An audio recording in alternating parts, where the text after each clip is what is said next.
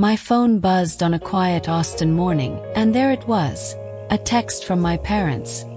"Watch your sister's wedding online." Just 7 words, but they carried the weight of 32 years of being the second best daughter. For decades, I'd lived in the shadow of my sister, Sarah, watching my parents, Thomas and Helen, shower her with praise while my efforts faded into the background. That text wasn't an invitation.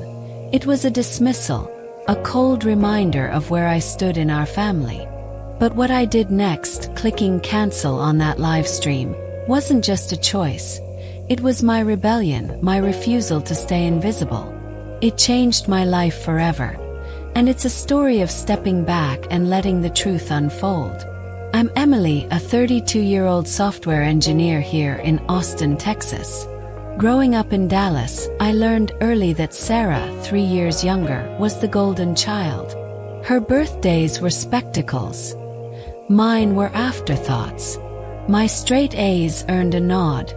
Her C's got family dinners. When I won a state math competition at 14, my parents were at her cheer tryouts.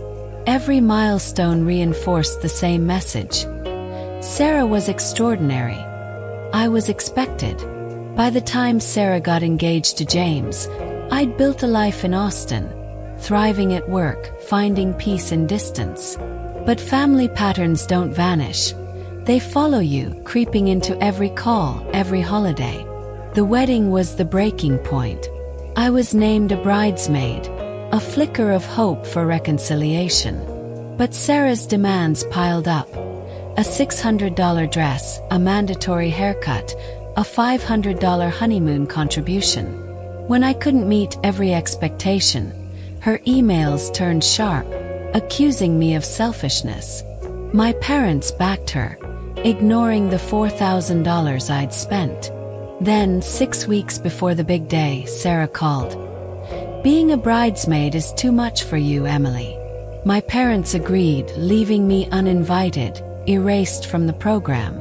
That live stream text was their final act of exclusion, as if I were a stranger, not a daughter. This isn't just my story. It's for anyone who's felt sidelined, dismissed, or forced to beg for a place in their own family. It's for those who've poured everything into relationships that never gave back, who've stood on stages scanning empty seats for faces that never showed. If you've ever had to set a hard boundary, to walk away from people you love to save yourself, I see you. This journey is raw, painful, but also freeing. It's about choosing yourself when no one else does, about letting go and watching the chaos unfold without you. In the comments below, share your story. Have you ever had to step back from family to find your peace? Your words matter, and we're building a community here, a space to heal, to be heard. If this resonates, hit that like button and subscribe for more stories of finding strength in the hardest moments. This is my truth. I didn't just skip a wedding, I reclaimed my worth. Stick with me to hear how it all fell apart, not because I fought back, but because I finally walked away. Growing up in Dallas, I learned early that my family had 2 sets of rules. One for me, Emily, and one for my sister, Sarah, 3 years younger. I was 8 when I first felt the sting of being second best. My birthday was a quiet affair, just a handful of friends and cupcakes from Kroger, the kind with icing that smudges on your fingers. Mom set them on the kitchen table, gave me a quick hug and said, "Happy birthday, Emily." That was it. A month later, Sarah turned 5, and our backyard transformed into a princess wonderland. There was a bouncy castle, a face painter, even a pony for rides. Neighbors filled the lawn, cameras flashing, while Sarah twirled in a sparkly gown. I stood on the porch, clutching a paper plate, wondering why my day wasn't worth the same. When I asked Mom, her answer was simple. "Sarah's more social, honey. She needs the extra attention." I was too young to argue, but those words burrowed deep, planting a seed of doubt that would grow for years. I tried to make sense of it. Maybe I wasn't trying hard enough, wasn't special enough. By 10, I was pouring myself into school, staying up late to perfect my homework, chasing straight A's like they could earn me a place in my parents' spotlight. I'd bring home report cards, heart pounding, hoping for more than a nod. But every time it was the same. "Good job, Emily," Dad would say, barely looking up from his newspaper.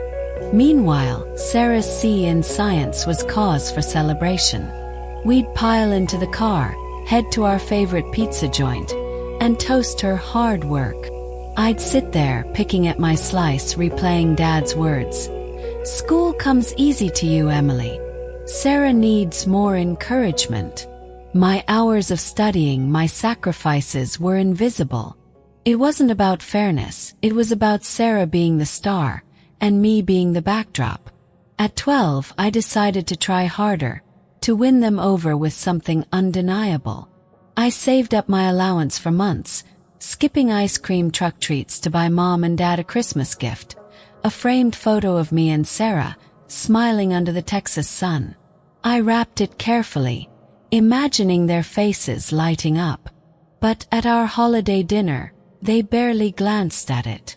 Sarah had scribbled a last-minute card, a messy heart drawn in crayon, and they called it so heartfelt, passing it around the table. My gift sat untouched on the counter, gathering dust. I went to bed that night, staring at the ceiling, wondering what I was doing wrong. Why wasn't my effort enough? Why was Sarah's every move a masterpiece, while mine was just expected? That Christmas was a turning point. I started to see the pattern, the unspoken rule that Sarah's needs always came first. It wasn't just about parties or grades. It was about worth. My parents, Thomas and Helen, had decided Sarah was their pride, their joy, the daughter who deserved the spotlight. I was the reliable one, the one who didn't need fuss, who'd be fine no matter what. But I wasn't fine. I was a kid, craving their love, their attention, and finding only scraps. Each moment, each birthday, each report card, each overlooked gift, built a quiet ache in my chest, a weight I carried alone. I didn't know then that this was just the beginning, that the favoritism would follow me into my teens, shaping who I became. But those early years taught me a hard truth. In our family, there was only room for one daughter to shine. The favoritism didn't fade as I grew older. It sharpened, cutting deeper with every year. By middle school, I was 14, determined to prove my worth. I threw myself into the Texas State math competition, spending nights solving equations, dreaming of a moment my parents couldn't ignore. I won first place, a gold medal gleaming in my hands. I stood on that stage, heart racing, scanning the crowd for Mom and Dad. They weren't there. They were across town at Sarah's cheerleading tryouts, clapping for her cartwheels while I accepted my award alone. Later that night, I set my medal on the kitchen counter, hoping they'd notice. They didn't. Mom glanced at it, said, "There'll be other math fairs, Emily," and turned to frame Sarah's participation ribbon from the tryouts. That moment burned, a quiet, searing pain. I wasn't just overlooked. I was erased. It wasn't about the medal. It was about what it represented. My desperate need to be seen, to matter as much as Sarah did. She was 11, bubbly and charming, the kind of kid who drew people in. I loved her, but I couldn't understand why her light dimmed mine. My parents' excuse was always the same. "Sarah works harder for things, Emily. You're naturally gifted." But gifted or not, I worked hard too. I stayed up late, pushed myself, poured my heart into every project. Yet their pride was reserved for Sarah's smallest victories. A C+, a cheer routine, a smile that lit up the room. I started to wonder if I was invisible, if my existence was just a footnote in our family's story. 13, I tried to bridge the gap. I organized a family game night, thinking maybe I could create a moment we'd all share. I spent hours setting up snacks, picking out Monopoly, imagining us laughing together. Halfway through, Mom and Dad left for Sarah's drama club play. "It's her first performance," they said, as if my effort didn't count. I sat alone with the game board, tokens scattered, feeling like I'd failed again. That night I wrote in my journal, "Why do I keep trying?"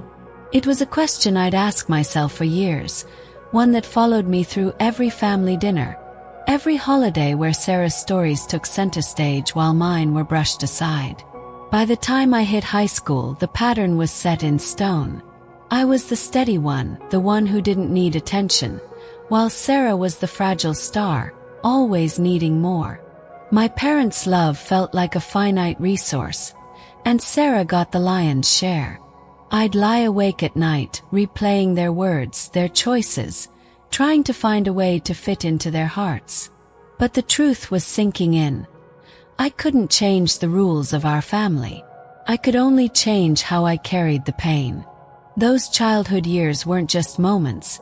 They were the foundation of a wound that would shape my life, leading me to a wedding where I'd finally say enough. This wasn't revenge in the way you might think. It was about surviving, about finding my worth when my family couldn't see it. As I moved into high school in Dallas, the favoritism that defined my childhood didn't soften. It sharpened, carving deeper lines into my sense of worth. I was 16, a junior, trying to carve out a place in a family that seemed to have already chosen its star. My sister, Sarah, 3 years younger. I'd always been the steady one, the one who didn't need hand-holding, but that didn't mean I didn't crave their attention. One night, I stayed out 15 minutes past curfew, racing home from a late study session at the library, my backpack heavy with textbooks. I was grounded for 2 weeks. No phone, no friends, just me in my room. Dad's voice was firm. "Rules are rules, Emily."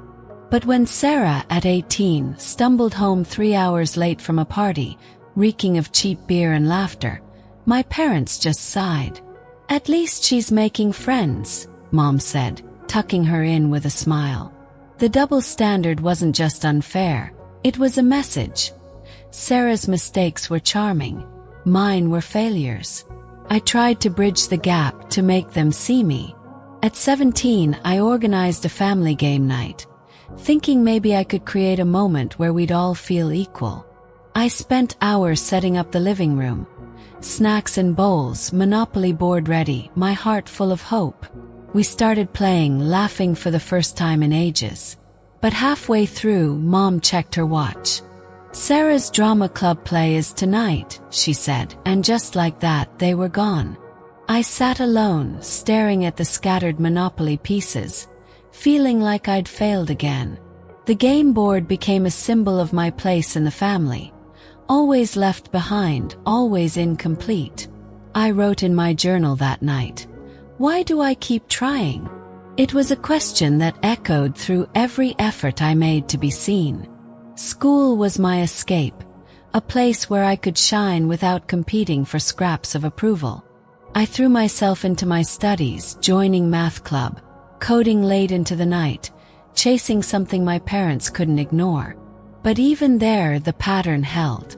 My straight A's were met with a quick, "Good job, Emily," while Sarah's B- in English earned a family dinner at her favorite Tex-Mex spot. "She's working so hard," Dad said, as if my hours of effort were effortless. I started to internalize it. Maybe I was just too good at things, too self-sufficient, too unremarkable in their eyes.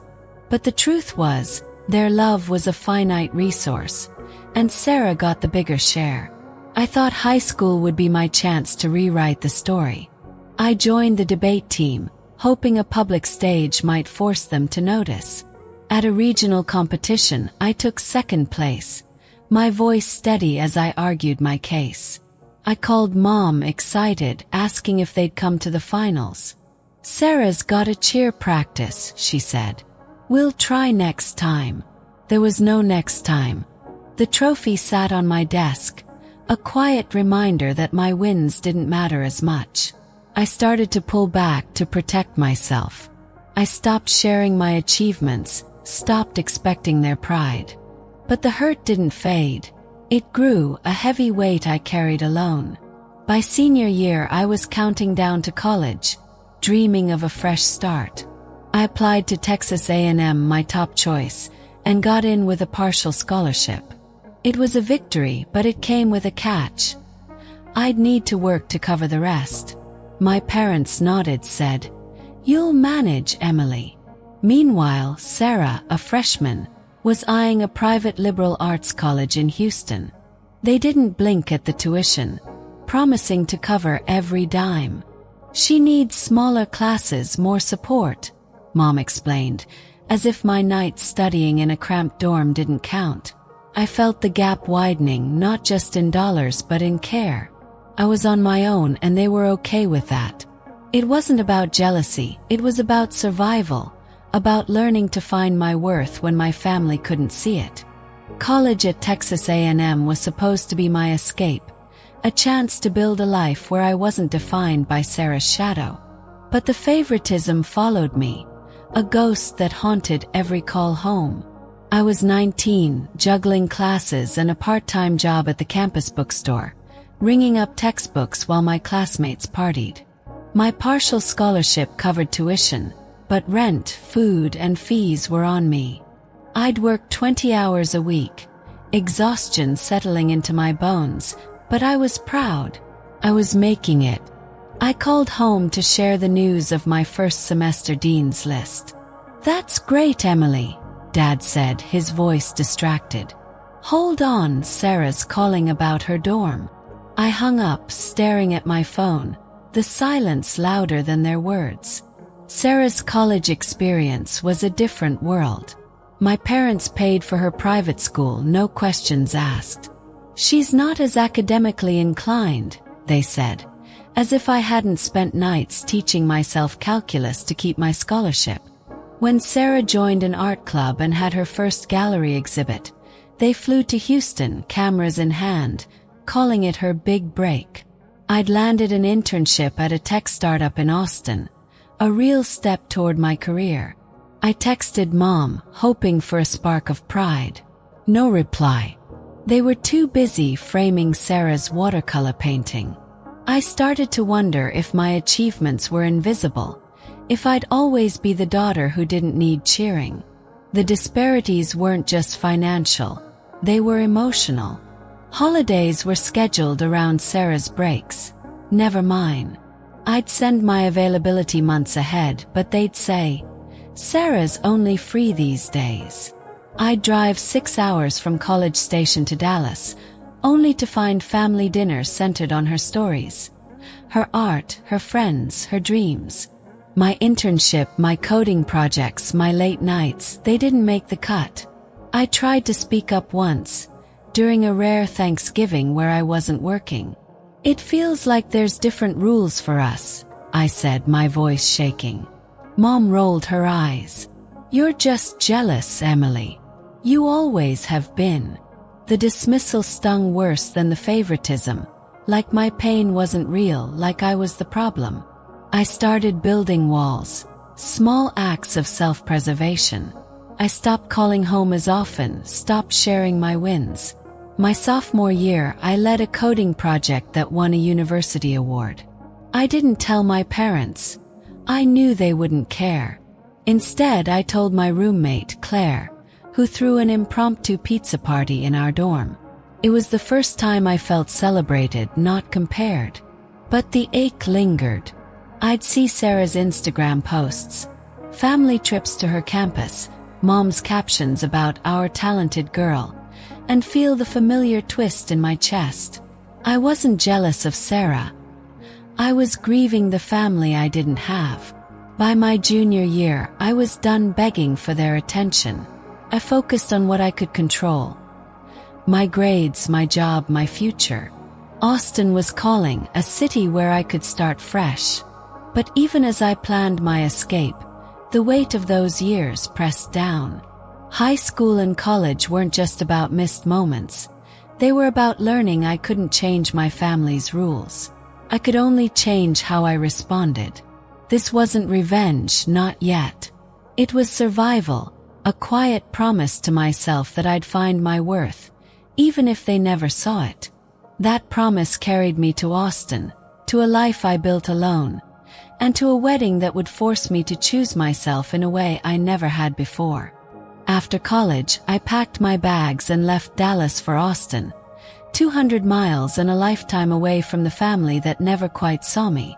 At 22, I was done chasing my parents' approval, done living in Sarah's shadow.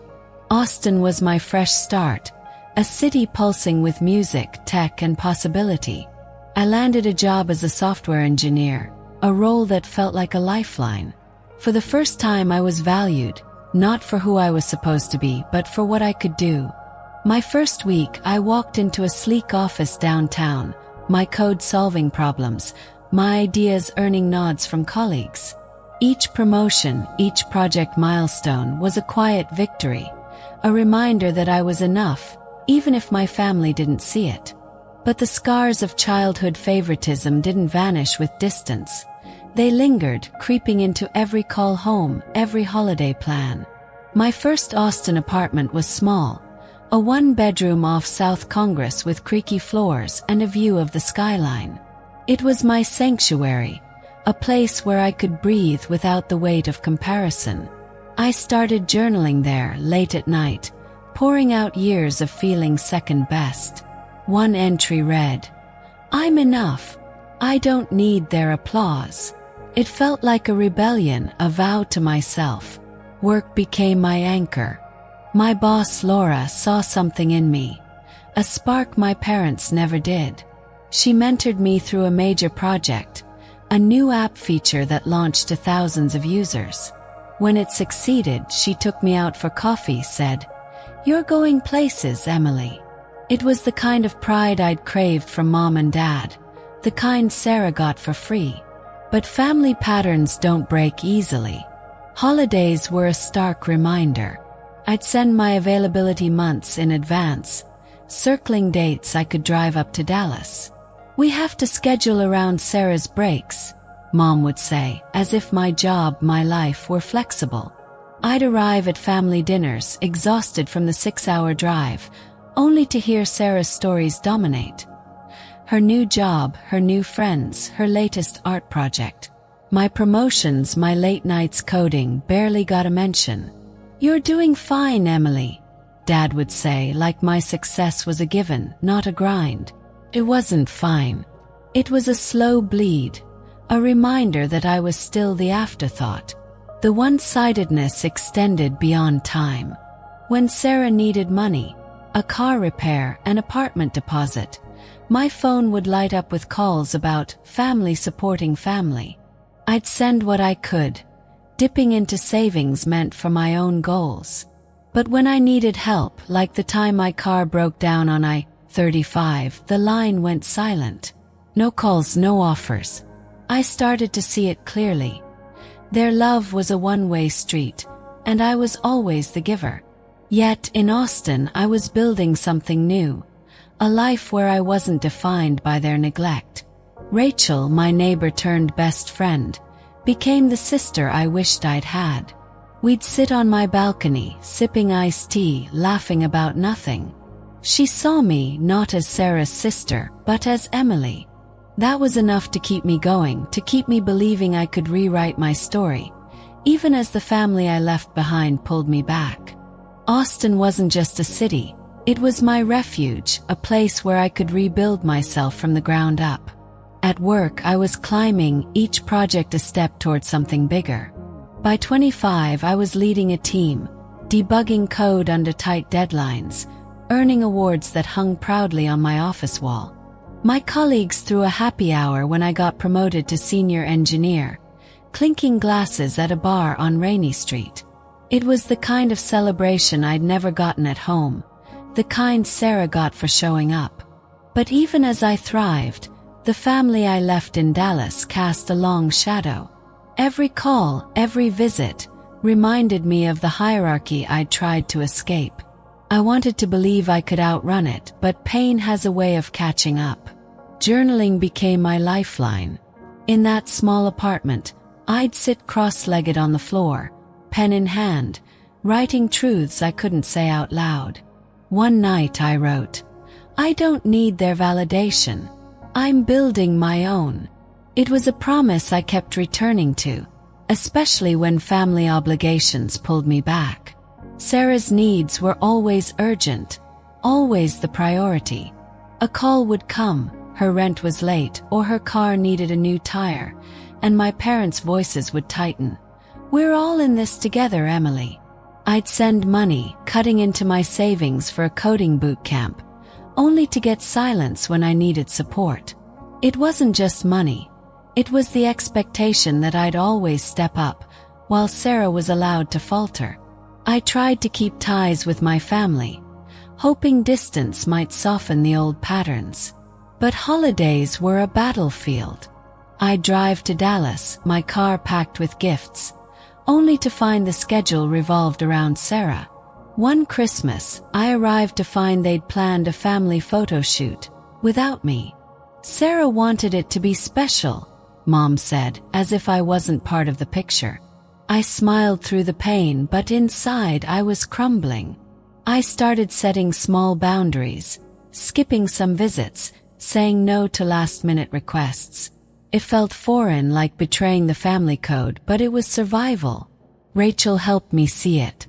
Over tacos at Torchy's, she said, "You're not their item, Emily. You deserve better." Her words were a mirror, reflecting a truth I'd been too scared to face. By 27, I was finding my footing. I joined a hiking group in Austin, trekking through Zilker Park, the Texas sun warm on my face. Those weekends were my therapy, a chance to breathe without the weight of family expectations. Laura, my boss, became more than a mentor. She was a cheerleader, pushing me to present at tech conferences, celebrating my wins in a way my parents never did. I started to see myself differently, not as the second-best daughter, but as a woman carving her own path. Yet the pull of family lingered. Every call from Mom or Dad was a reminder of the role I was expected to play. The reliable one, the one who didn't need attention. But I was done playing that part. Austin was teaching me that my worth wasn't tied to their approval. It was in the life I was building, the people who saw me, the quiet strength I was finding. This wasn't revenge. It was reclaiming my story, one step at a time, before a wedding would force me to choose myself in a way I never had before. 3 years ago, my life in Austin was steady. Work was good, friends were solid, and I'd carved out a corner of peace. Then a Facebook notification shattered that calm. My sister Sarah was engaged to James. I froze, staring at the screen. No one had told me. James and I had met at a family Thanksgiving, bonding over hiking trails and old movies. We texted for weeks, a spark I hadn't felt in years, until he vanished. Now I knew why. He'd chosen Sarah. The betrayal stung, not just because of him, but because my family hadn't bothered to loop me in. Mom called the next day, her voice bubbling with plans for a June wedding at a Dallas country club. "You'll be there, right, Emily?" she asked, as if my life could pause for Sarah's spotlight. I said yes, hoping this might mend the fractures between us. Sarah named me a bridesmaid, and for a moment I dared to hope. Maybe this was our chance to rebuild, to be sisters, not rivals. But that hope faded fast. Sarah's emails started rolling in, each one a new demand. First, a $600 dress in a shade of blush that clashed with my skin. Then, $300 heels I'd never wear again. She insisted on a shoulder-length haircut, impossible with my pixie cut. "This is my special day," she wrote, "and I need everyone to look perfect." I stared at the email, my stomach twisting. This wasn't about sisterhood. It was about control, about Sarah ensuring I played my role in her perfect picture. I tried to keep up, dipping into savings to meet her demands. Work was hectic, my team at the tech firm crunching deadlines, but I carved out time for fittings, for planning. Sarah's tone grew sharper with every interaction. When I asked if we could adjust the haircut rule, she snapped, "If you can't commit, let me know." It felt like a test, one I was destined to fail. I called Mom, hoping she'd mediate. "Just do what Sarah wants," she said. "It's her day." No mention of the money I'd spent, the hours I'd rearranged. My parents, Thomas and Helen, were already in Sarah's corner, as always. I hung up, feeling the familiar weight of being second best, the daughter who didn't matter as much. The demands kept coming, each one a reminder of my place. Sarah wanted a $500 contribution to her honeymoon fund, as if my budget was hers to command. I sent the money, my savings dwindling, but the gratitude I expected never came. Instead, I got a late-night text. "Why aren't you more excited, Emily?" I lay awake, staring at the ceiling of my Austin apartment, wondering why I was still trying to please a family that didn't see me. This wedding wasn't a celebration. It was a stage, and I was being cast as the extra, not the sister. The drama was just beginning, but I didn't know then how far it would spiral, how it would push me to a breaking point I'd never imagined. As Sarah's wedding plans escalated, so did the pressure. I was 30, juggling a demanding job in Austin, but Sarah's demands consumed my life. Her emails were relentless, each one a new hoop to jump through. After the dress, shoes, and haircut, she added a $300 fee for the bridal shower, a weekend event in Dallas I'd need to take time off for. I rearranged my schedule, missing a key project meeting, but Sarah didn't notice. She was too busy curating her dream wedding, a spectacle at a Dallas country club that screamed extravagance. I'd already spent over $2,000, my savings account bleeding, but Sarah's gratitude was nowhere to be found. Instead, her messages grew hostile, accusing me of dragging my feet. One night at 2 a.m, my phone rang. It was Sarah, her voice sharp. "The playlist you sent isn't classy enough," she said. "Redo it by tomorrow." I'd spent hours curating songs, balancing her tastes with the budget DJ. Exhausted, I stayed up until dawn, tweaking it, only for her to ignore the new version.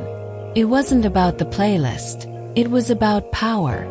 She needed me to bend, to prove I was still the compliant sister. I sent the revised list, my eyes burning, and got no response. The silence was louder than any criticism, a reminder that my efforts were disposable. I turned to my parents, hoping they'd see the unfairness. We had a family Zoom call, a rare moment where I thought I could speak. I laid it out, the money, the time, the constant demands. "I'm trying, but it's overwhelming," I said, my voice steady but pleading. Sarah cut me off. "You're making this about you, Emily. This is my wedding." Mom and Dad nodded along, their faces blank. "Just support your sister," Dad said, as if I hadn't already given everything. No one mentioned the thousands I'd spent, the work I'd missed. They didn't care. I logged off, my chest tight, the same old message ringing in my ears. Sarah's needs trumped mine, always. The breaking point was looming, but I didn't see it yet. I kept going, driven by a fading hope that this wedding could change us. Sarah's next email demanded I attend a bachelorette party in Miami, a 5-day trip I couldn't afford or fit into my schedule. I explained, citing a critical work deadline. Her reply was ice cold. "Your career's always been your priority, Emily. I guess I shouldn't be surprised." The accusation cut deep, as if my job, my life, was a betrayal of her. I stared at the email, my hands shaking. This wasn't about a party, it was about erasing me, about ensuring I knew my place. My cousin Michael texted me later, a warning. "Sarah's telling everyone you're causing drama." I felt the ground shift beneath me, the wedding becoming a minefield I hadn't signed up for. The drama was spiraling, and I was caught in its pull, unaware that the worst was yet to come, that this was just the prelude to a betrayal that would change everything. The wedding drama wasn't just about Sarah's demands. It was about how my family rallied around her, leaving me in the dust. By now, I'd spent nearly $4,000 on this wedding. Dress, shoes, shower, honeymoon fund, travel. My savings were drained, my work life strained. But Sarah's vision required more. She sent a group chat message to the bridesmaids, demanding we each chip in for a custom wedding favor, $100 per person. I hesitated, my budget stretched thin. When I asked if we could skip it, Sarah called me out in the chat. If you're not all in, maybe you shouldn't be in the wedding. The other bridesmaids stayed silent, and I felt the weight of her words, a public shaming dressed as a request. I tried to talk to James, hoping he'd see reason. We'd connected years ago before he chose Sarah, and I thought he might understand. I texted, asking if we could ease the financial pressure. His reply was curt. Talk to Sarah. It's her call. I stared at my phone, the sting of his dismissal sharp. James wasn't the ally I'd hoped for. He was complicit, another piece of Sarah's perfect puzzle. My parents were no better. When I called Dad, explaining the mounting costs, he sighed. Weddings are expensive, Emily. Stop making it harder for Sarah. It was the same old script. My struggles were secondary, my sacrifices expected. The tension wasn't just financial, it was emotional. Sarah's emails grew personal, slicing into my insecurities. You've always been jealous of me, she wrote after I missed a dress fitting due to a work emergency. I wasn't jealous. I was exhausted trying to balance her demands with my life. But her words echoed Mom's from years ago, that old accusation that my pain was just envy. I started to doubt myself, wondering if I was the problem, if I was too selfish, too cold. I confided in Rachel, my Austin best friend, over coffee. You're not the villain here, she said. They're using you. Her words were a lifeline, pulling me back from the edge of self-blame. Every step of this wedding felt like a test I couldn't pass. Sarah's demands weren't just about logistics. They were about loyalty, about proving I'd fall in line. But the more I gave, the more she took. My cousin Michael texted again, his words a warning. Sarah's telling the family you're not supportive. I felt the narrative shifting, my role being rewritten as the difficult sister, the one who didn't care enough. It was a lie, but it was working. My parents' silence confirmed it. They were buying Sarah's story, as always. I lay awake in my Austin apartment, the city's hum outside my window, and realized this wedding wasn't about celebration. It was about power, about keeping me in my place.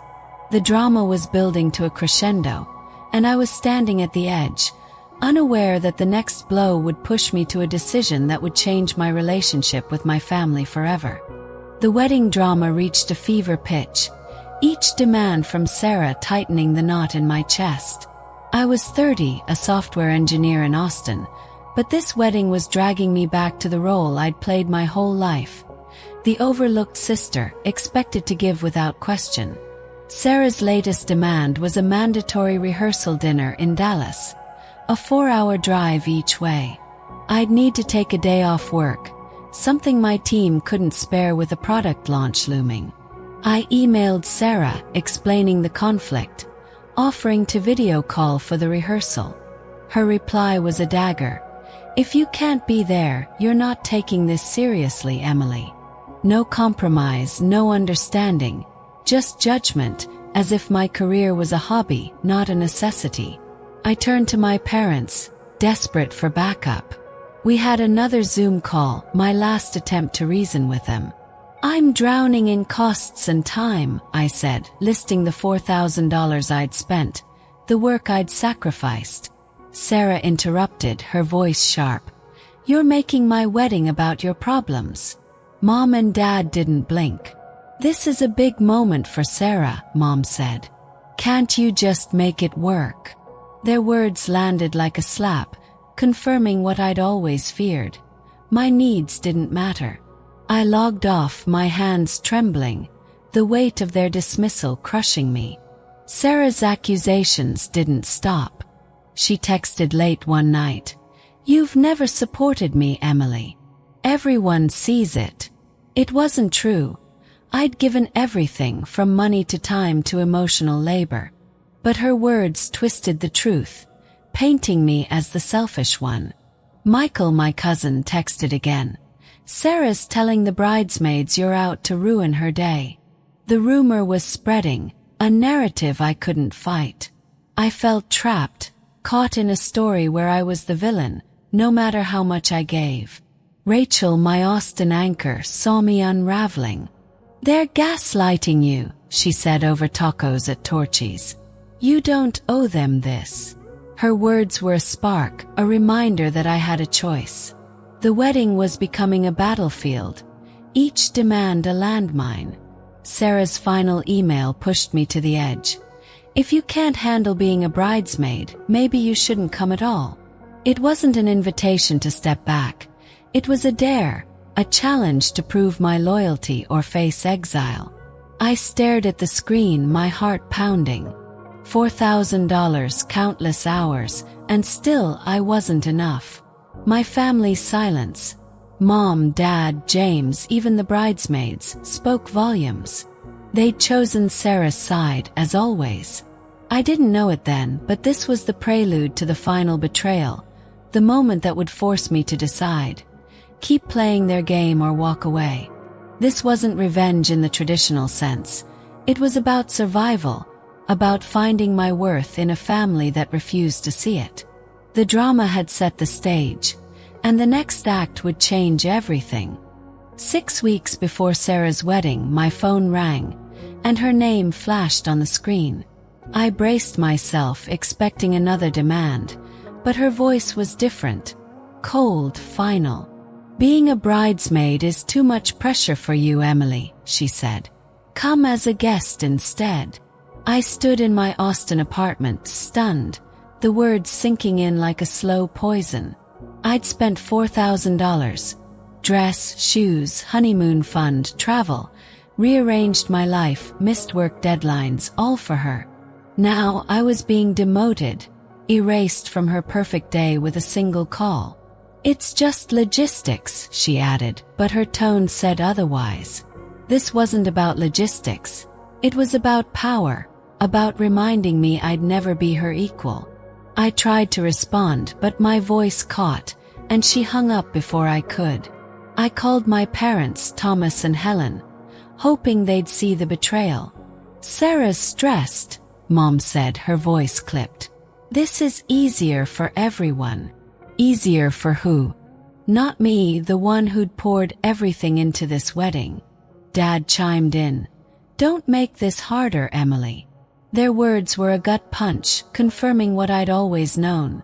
Sarah's comfort came first, my pain a distant second. They'd known about this, supported it, and didn't care about the cost, financial or emotional. I hung up, my hands shaking, the room spinning. $4,000, countless hours, and I was disposable, a guest in my own sister's life. The uninvitation wasn't just a slight, it was a breaking point. I sat on my balcony, the Austin skyline glowing in the distance, and felt 32 years of favoritism crash over me. Every overlooked birthday, every dismissed achievement, every time I was told to step aside for Sarah, it all led here. I tried to be the good daughter, the supportive sister, but it was never enough. My family had drawn a line, and I was on the wrong side. I opened my laptop, staring at the wedding program Sarah had emailed. My name was gone, not even listed as family. I was erased, not just from the bridal party, but from our shared history. The pain was raw, a wound I couldn't ignore.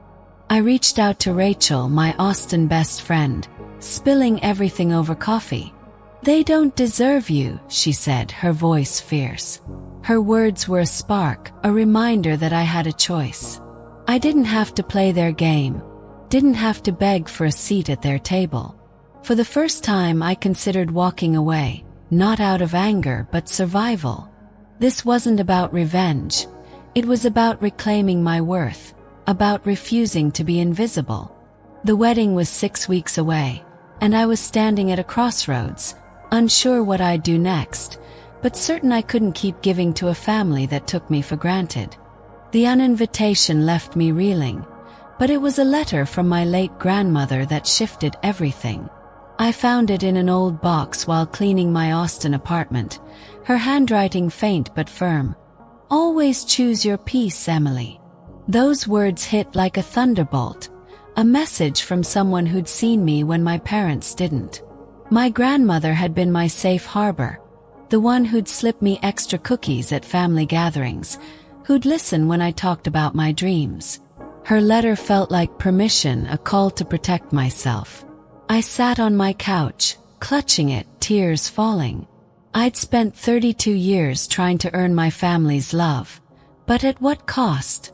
Sarah's wedding was exposing the truth. I'd never be enough for them. I booked a session with my therapist, Dr. Lauren, needing clarity. "Would you let friends treat you this way?" she asked, her question cutting through my fog.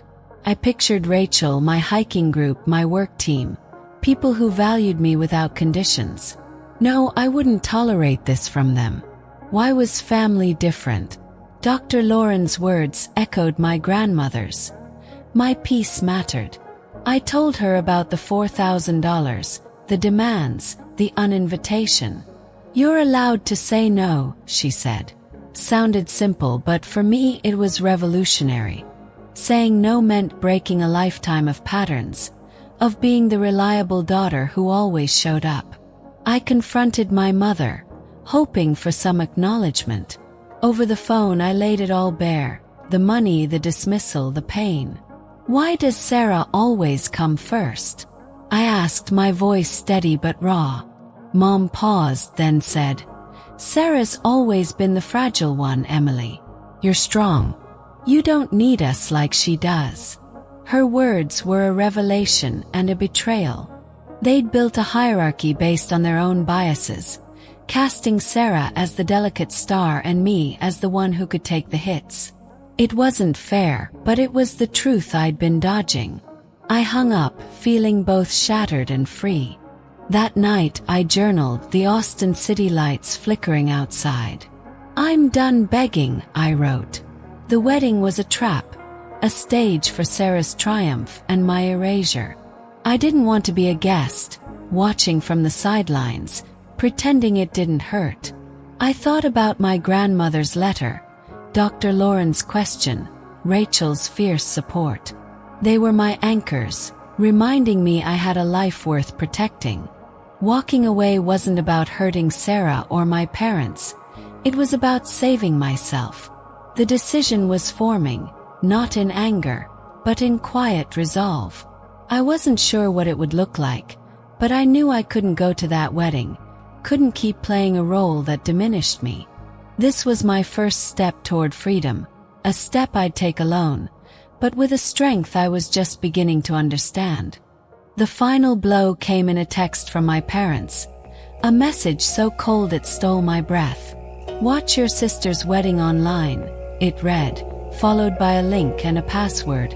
Sarah James forever. No apology, no explanation, just a digital ticket to a day I'd been erased from. I sat on my Austin balcony, staring at my phone, the words blurring through tears. After 32 years, this was their verdict. I wasn't a daughter, not a sister, just a spectator.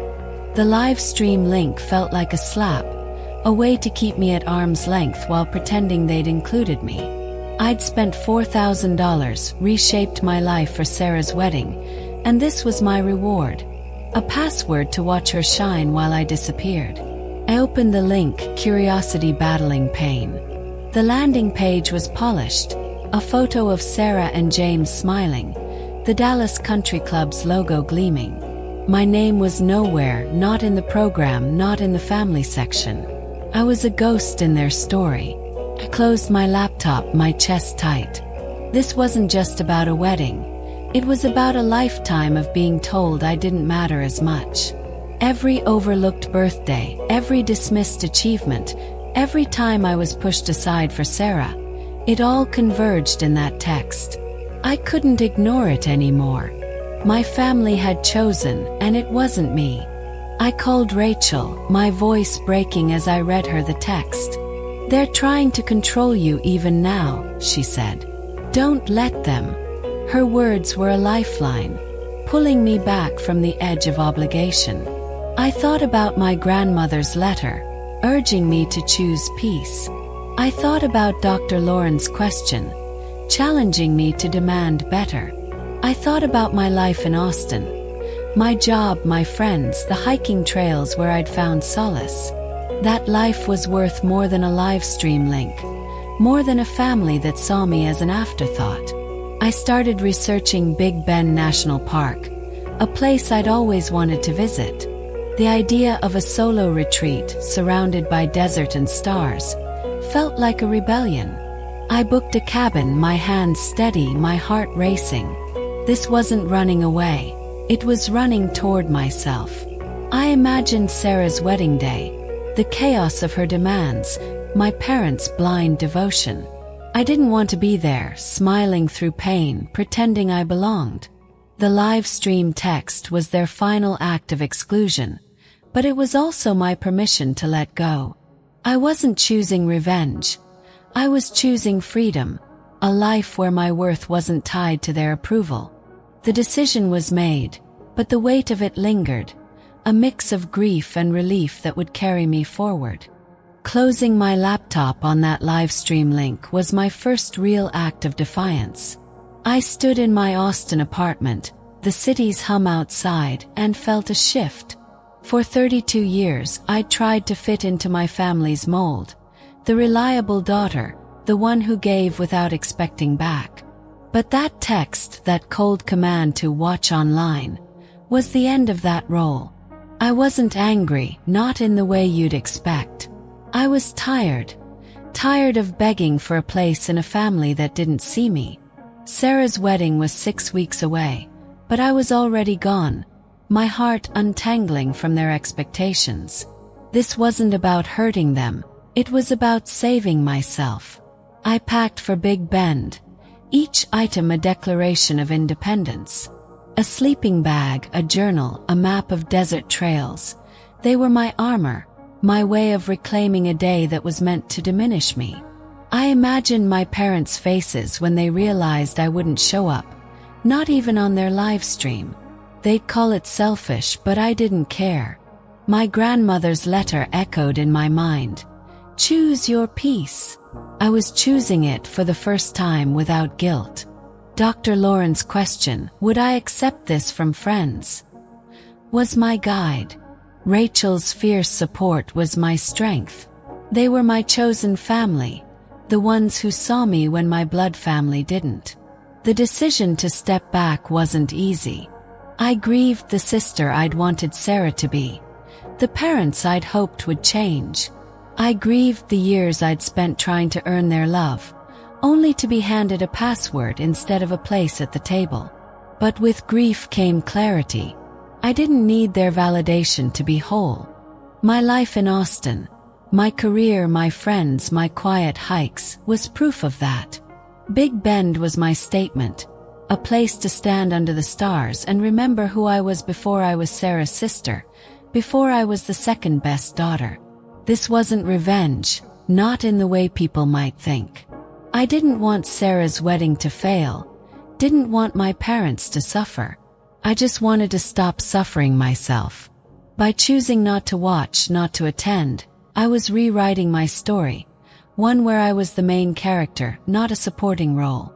The live stream link was their attempt to keep me in line, but it backfired. Set me free. As I prepared for Big Bend, I felt a quiet strength growing, a certainty that I was doing the right thing. The wedding would go on without me, and so would I, stronger than ever. This was my turning point, the moment I chose myself not out of spite but out of love, for the woman I was becoming, for the life I was building, for the peace I deserved. Despite my resolve to stay away, curiosity got the better of me. I opened the live stream link my parents sent, the one that reduced me to a spectator in Sarah's wedding. The Dallas Country Club's elegance filled my laptop screen. Chandeliers glittering, flowers cascading over every table. But the scene lacked warmth, the air heavy with something off. James, Sarah's groom, stood at the altar. His smile strained, eyes darting to the crowd. He didn't look like a man in love, but one trapped in a role he couldn't escape. Sarah glided down the aisle, radiant in her gown, but her expression was tight, like she was performing for an audience, not living her moment. I scanned the faces. My parents, Thomas and Helen, beaming with pride, oblivious to the tension. Then I saw the program on the stream's sidebar. My name was gone, not listed as a bridesmaid, not even as a sister. The erasure was complete, a final twist of the knife after 32 years of being second best. My parents' speech made it worse. "Sarah, our only daughter, our greatest treasure," Mom said, her voice thick with emotion. "Only daughter." The words echoed, each syllable a betrayal. I wasn't just uninvited. I was erased from their story, my existence wiped clean for Sarah's perfect day.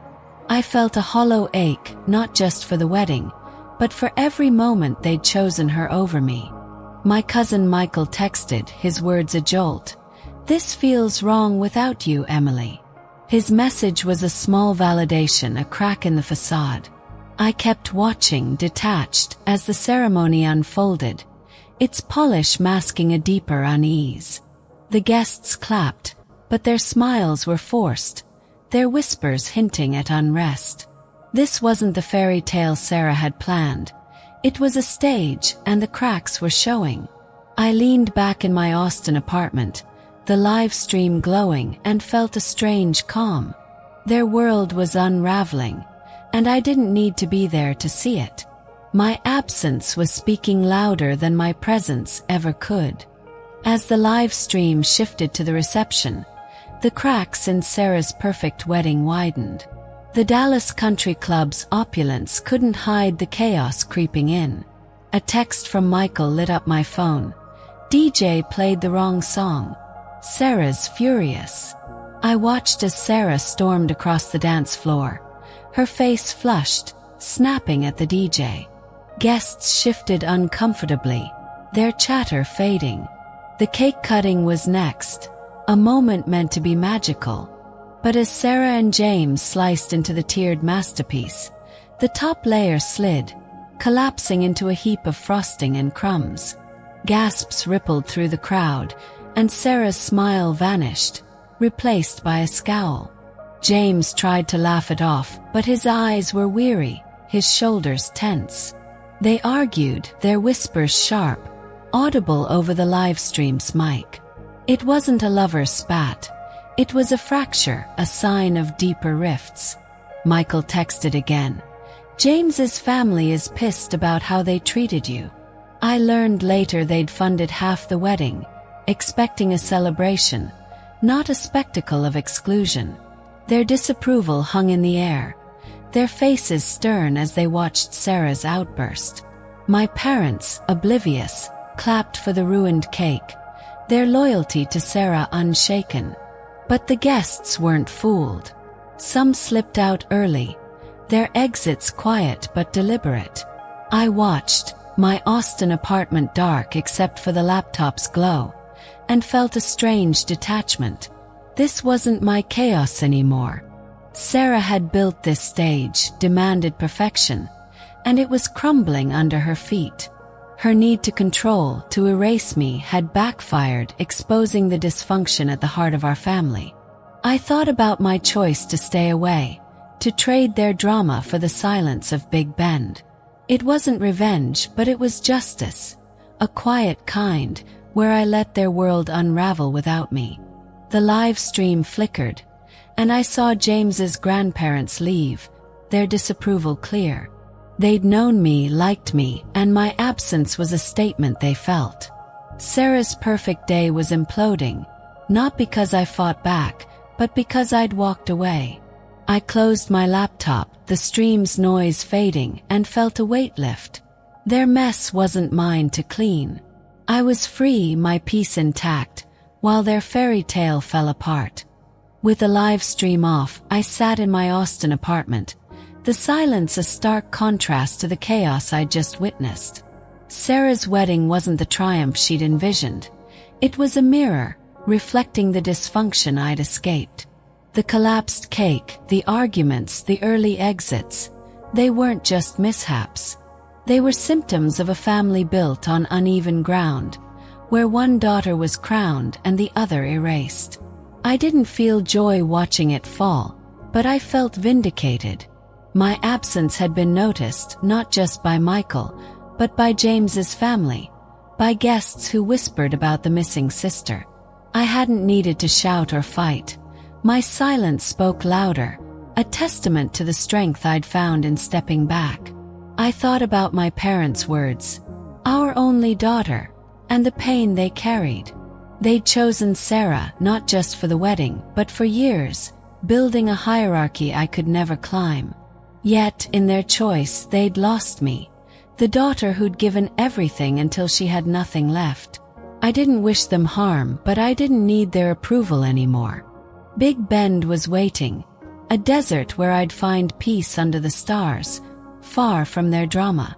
Sarah's wedding was meant to be her coronation, but it had become a reckoning, exposing the cracks in our family's foundation. This wasn't revenge in the way people might expect. I didn't sabotage the cake or spark the arguments. I simply chose myself, and that choice rippled, shaking their perfect facade. Michael's texts, James's family's disapproval, the guests' early departures. They were echoes of my absence, proof that I mattered, even if my family didn't see it. I opened my journal, writing, "I'm free."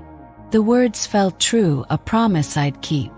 Sarah's wedding fell apart, not because I pushed, but because I let go. Their chaos was their own, and I was done carrying it. As I prepared for Big Bend, I felt a quiet strength. The live stream was their attempt to keep me in my place, but it had set me free. I was building a life in Austin, surrounded by people who saw me. Rachel, my work team, my hiking group. This was my story now, one where I was enough. The wedding's collapse was their ending, but it was my beginning, a chance to live without their shadows, to choose peace over pain. After Sarah's wedding imploded, I leaned into my life in Austin, determined to build something stronger than the family I'd left behind. The chaos of that day, the collapsed cake, the arguments, the early exits, was their story, not mine. I'd chosen myself, trading their live stream for the silence of Big Bend, and it set me free. Back in Austin, I found my anchor in Rachel, my best friend, who became the sister I'd always wanted. We'd host Sunday BBQs in her backyard, the smell of brisket mingling with laughter, friends sprawled across mismatched lawn chairs.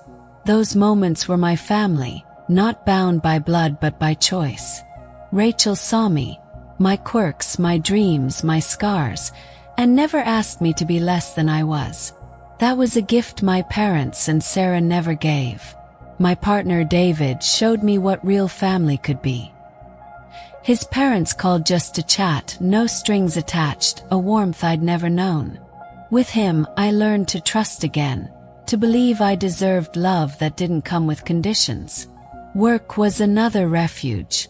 I threw myself into my role as a software engineer, leading projects that earned me respect and promotions. My team celebrated my wins, throwing impromptu parties with Lone Star beers and bad karaoke. It was the validation I'd craved growing up, the kind Sarah got for breathing. But this was better, earned, not handed out unevenly. I joined a Texas support group for estranged adult children, a circle of strangers who understood the pain of walking away. Their stories echoed mine. Favoritism, dismissal, the ache of being unseen. Sharing my journey, I felt lighter, my wounds no longer a secret shame. The group taught me that boundaries aren't betrayal, they're survival.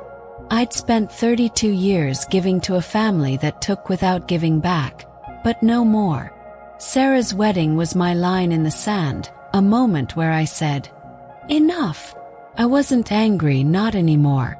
I was healing piece by piece, finding strength in the life I was building. My parents called a few months later, their voices hesitant. "We handled things poorly," Mom said, a half-hearted apology that didn't ask for forgiveness. I listened, but I didn't bend. "I need space," I told them, my voice calm but firm. It was my first real boundary, a declaration that I wouldn't carry their emotional weight. They didn't push, and I didn't waver.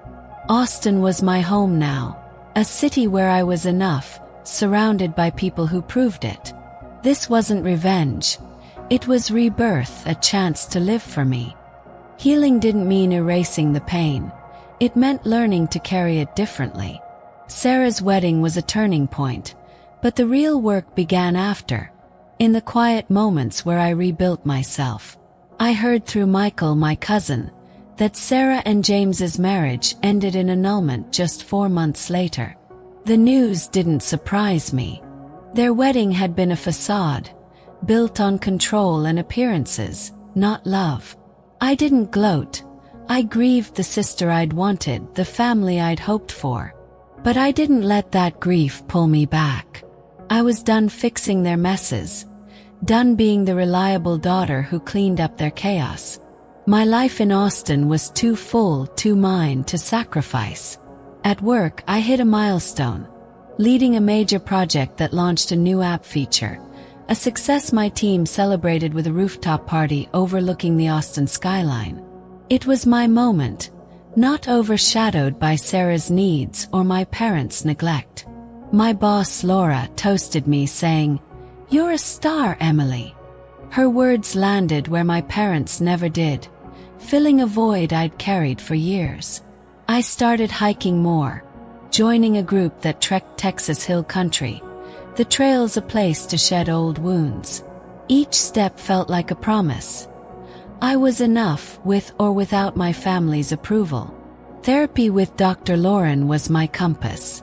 She helped me see that my family's favoritism wasn't my fault. It was their flaw, not mine. "You're rewriting your story," she said, and I was. I set more boundaries, declining calls that felt like traps, saying no to guilt trips. My parents sent a Christmas card, their first in years, but I didn't rush to respond. I wasn't cutting them off. I was protecting my peace, a lesson Big Bend had cemented under its vast desert stars. The support group reinforced it, their stories a reminder that I wasn't alone in choosing myself. This journey wasn't about revenge, though some might see it that way. I didn't need Sarah's marriage to fail or my parents to grovel. I needed to be free, to live without their shadows. Austin gave me that, a city of music, sunsets, and second chances. Rachel, David, my team, my hiking crew, they were my family now, proof that love doesn't demand sacrifice. At 32, I was no longer the second best daughter. I was Emily, whole and healing, writing a story where I came first. If you're out there, carrying the weight of a family that doesn't see you, know this. You can choose yourself too. It's not easy, but it's worth it, a freedom that's yours to claim. Clicking cancel on that live stream wasn't just about skipping Sarah's wedding. It was about choosing myself after 32 years of being second best. That moment in my Austin apartment, with the city's glow outside, marked the end of begging for a family's love that always favored my sister. It wasn't revenge, not in the way you might think. I didn't need their chaos to fail. I needed my peace to thrive. Walking away from that Dallas Country Club spectacle, its collapsed cake, its arguments, its empty seats, was my first step toward freedom. I found it in Big Bend's desert stars, in Rachel's backyard BBQs, in a life I built without their shadows. If you've ever felt erased by those who should love you most, know this. You can rewrite your story, one boundary at a time. This journey taught me that family doesn't define your worth. You do. In Austin, I'm surrounded by people who see me, from my hiking group to my work team, proving I'm enough. I'm sharing this not to dwell on pain, but to offer hope. Have you set a boundary with family? Chosen yourself despite the guilt? Your story matters. Drop it in the comments below. I read everyone, and we're building a community here, a space to heal. If my story resonates, hit that like button and subscribe for more tales of finding strength in hard moments. Next week, I'm diving into 5 boundaries that changed my life, practical steps you can take too. You're not alone in this, whether you're in Texas or beyond. Choosing yourself isn't selfish. It's survival, a quiet rebellion that sets you free. Thank you for listening, for being part of this journey. Let's keep writing our stories together.